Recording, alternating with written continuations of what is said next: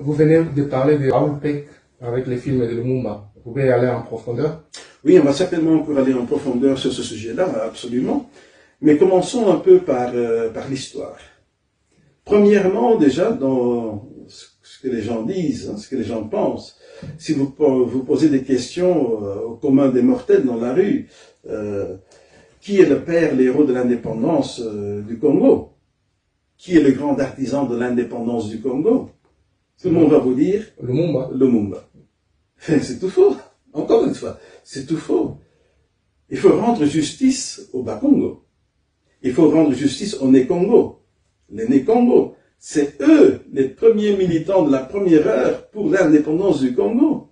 Tout le mérite pour l'indépendance du Congo au niveau héroïque revient au Bas-Congo, avec l'association des Bas-Congo, la BACO.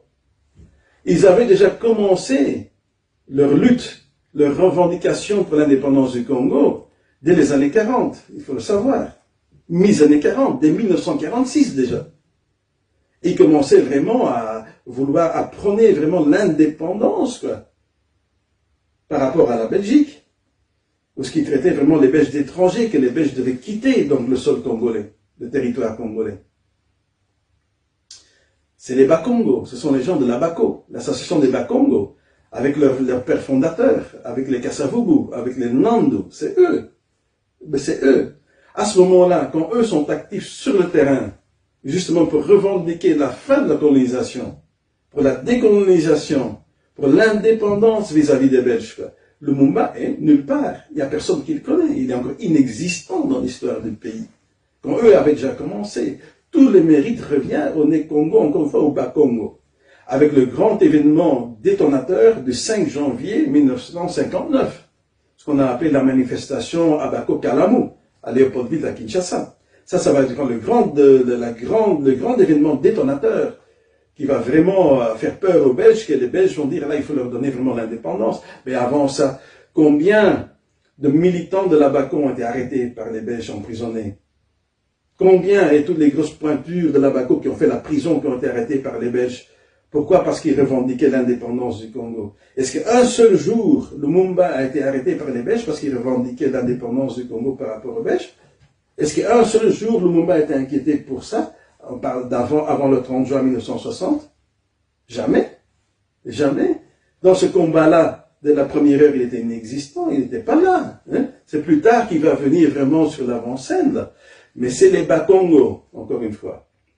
C'est eux à qui revient le grand mérite héroïque d'être les héros de l'indépendance du Congo. Pas Lumumba. Mais on veut nous faire croire ça. Ça, c'est l'histoire politiquement correcte. Mais non. Et c'est pas par hasard que ce sont les Bas-Congo, les Né-Congo.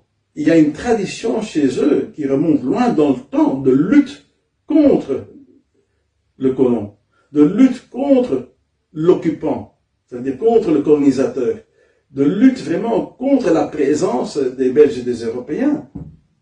Ça remonte jusqu'à Kimpavita, qui était vraiment une prophétesse donc Né-Congo, avec son mouvement qui s'appelle le Kimpasi, qui était un mouvement pour la décolonisation, pour bouter en dehors du pays donc les Belges, les colons. C'était chez eux que ça se passait. Le nerf, ça veut dire le noyau central, le nerf dont tout est parti au niveau activisme, quoi, héroïque, c'est le Bas-Congo. Ce sont les Né-Congo. Parce que plus tard, la relève après Kimpavita va être reprise par Simon Kimbangu chez eux. Tous les Bas-Congo sont en effervescence avec Simon Kimbangu. À partir d'un Kamba chez eux là-bas, au niveau du Congo central. Et Simon Kimbangu, c'est la continuité de la lutte de Kimpavita contre la présence des Belges, des colons. Avec son mouvement le Kintwadi.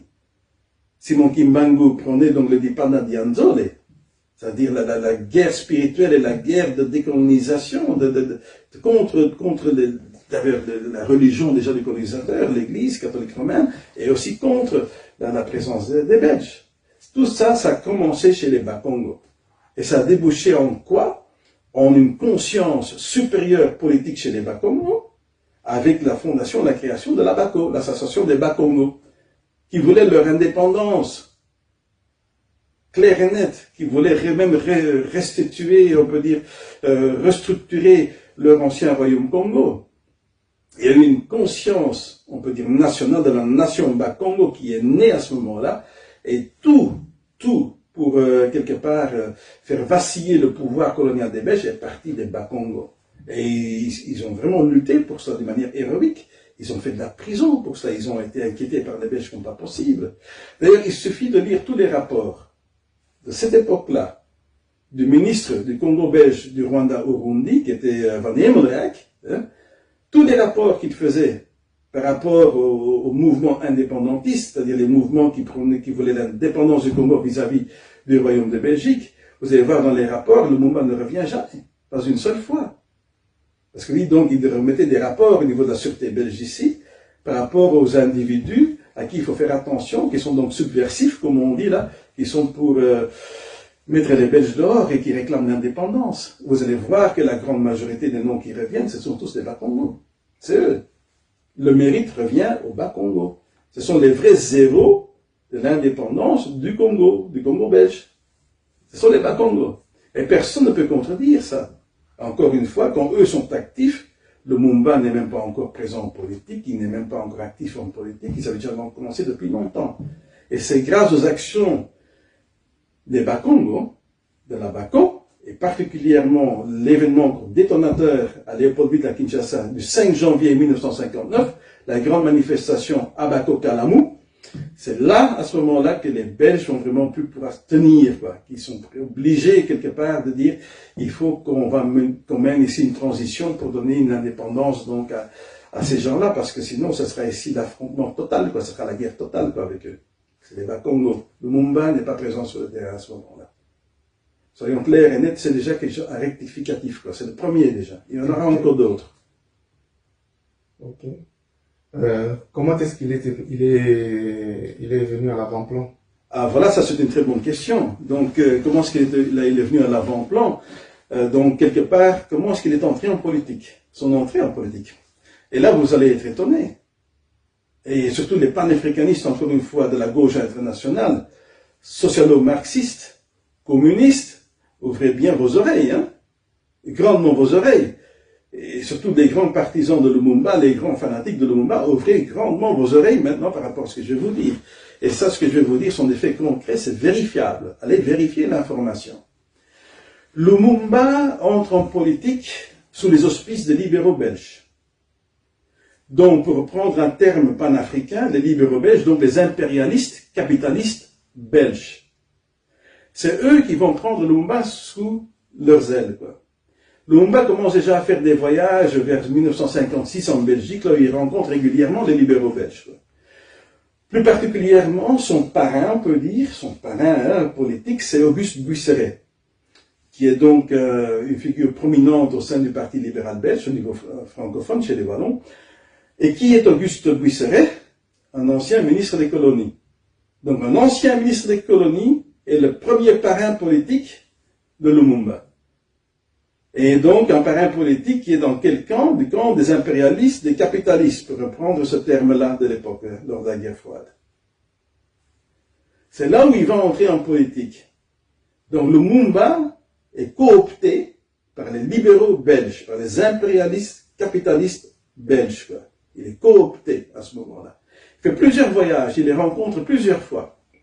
Et à un moment donné, au retour d'un de ces voyages, quand il va revenir d'un voyage vers la Belgique à Bruxelles pour rencontrer donc ses parrains politiques, je répète encore une fois, hein, qui sont des impérialistes capitalistes belges, des libéraux belges, hein, il est avec eux à ce moment-là, il est dans ce camp-là à ce moment-là, il est avec eux, il reçoit des enveloppes, on le trimballe un peu partout, on le présente partout, dans ces milieux-là. Hein.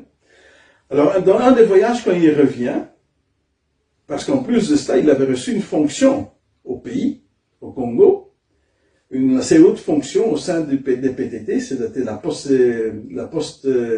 téléexcepteur de communication d'avant. Hein.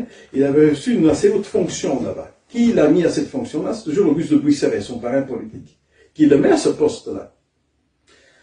Alors à ce moment-là, quand à un moment donné, il revient d'un voyage en Belgique, on est en 1956, il rentre au pays, et là, quand il rentre au pays, on va le mettre en prison. Il sera jeté en prison. Et ça, les gens ne savent pas. Lumumba a fait de la prison. Et pourquoi est-ce qu'il a fait de la prison? Il y a donc aussi au niveau de la direction des PTT donc, au Congo belge, à l'époque, c'est encore toujours le Congo belge, il y a un Belge qui travaille là-bas, son nom c'était Léon Lejeune. Léon Lejeune. Et il y a beaucoup de plaintes qui arrivent, parce qu'il y a énormément de personnes âgées dans les campagnes, dans les zones rurales, qui ne reçoivent pas leur retraite des fonds de pension. Ils ne reçoivent pas d'argent. Alors on a remonté la piste, ils ont cherché, et puis ils sont tombés sur les preuves que celui qui détournait les fonds, qui détournait l'argent, c'était Lumumba. C'était Lumumba. Donc quand il rentre de ce voyage-là, de Belgique au pays, on l'arrête. On le confronte maintenant avec donc ce problème-là. Les preuves étaient là, la preuve a été établie, et il va recevoir 12 mois de prison ferme. 1 an ferme. 1 an ferme. Quelqu'un qui détourne des fonds, surtout de vieilles personnes âgées comme ça pour leur fonction de retraite, dans le langage commun, on appelle ça un voleur. Pardon, on appelle ça un voleur. Il a volé de l'argent. Et on va le mettre en prison parce qu'il a été voleur. Il a été voleur. C'est vérifiable, hein, ce que je dis là. C'est pas juste en l'air comme ça, hein, c'est des faits concrets. Il est en prison et il va recevoir 12 mois ferme. Alors écoutez bien maintenant. 12 mois ferme, il est en prison. Quand il est en prison, il va écrire un livre en prison. C'est le seul et unique livre que Lumumba a écrit. Et il n'en a pas écrit un autre, quoi. Il a écrit un seul livre.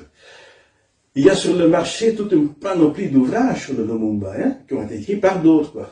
Il y en a à gogo. Hein, le marché est inondé d'ouvrages sur le Lumumba. Et surtout, ce sont des ouvrages qui analysent ou qui citent comme référence tous ces discours qu'il a fait lors de l'indépendance et après l'indépendance. Mais de son vivant, il n'a écrit qu'un seul livre, quoi.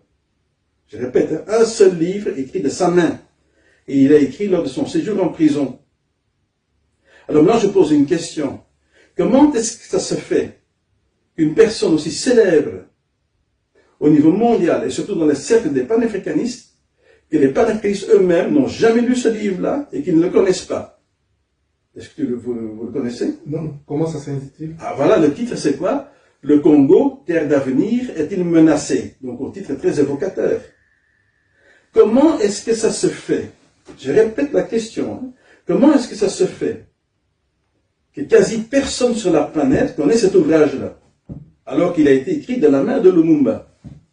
Normalement, tout panafricaniste avéré, surtout du côté de la gauche internationale, socialo-marxiste, entre guillemets, communiste, devrait avoir lu ce bouquin. Ou est-ce que je me trompe? Ça devrait être même un best-seller. Oui. Et même au niveau de la communauté congolaise, la grande majorité l'aurait dû avoir lu. Ça aurait dû même être un livre sur les bandes des camps, Oui. connu par tout le monde. Alors comment est-ce que ça se fait que quasi personne ne connaît cet ouvrage-là? C'est intéressant. Ou est-ce que je me trompe? Ou est-ce que je me trompe? Est-ce que ça fait du bon sens ce que je dis? Ben oui. Vous êtes d'accord avec moi? Oui. Comment est-ce que ça se fait que ce livre est très peu connu? Eh bien, on va y répondre dans la prochaine partie.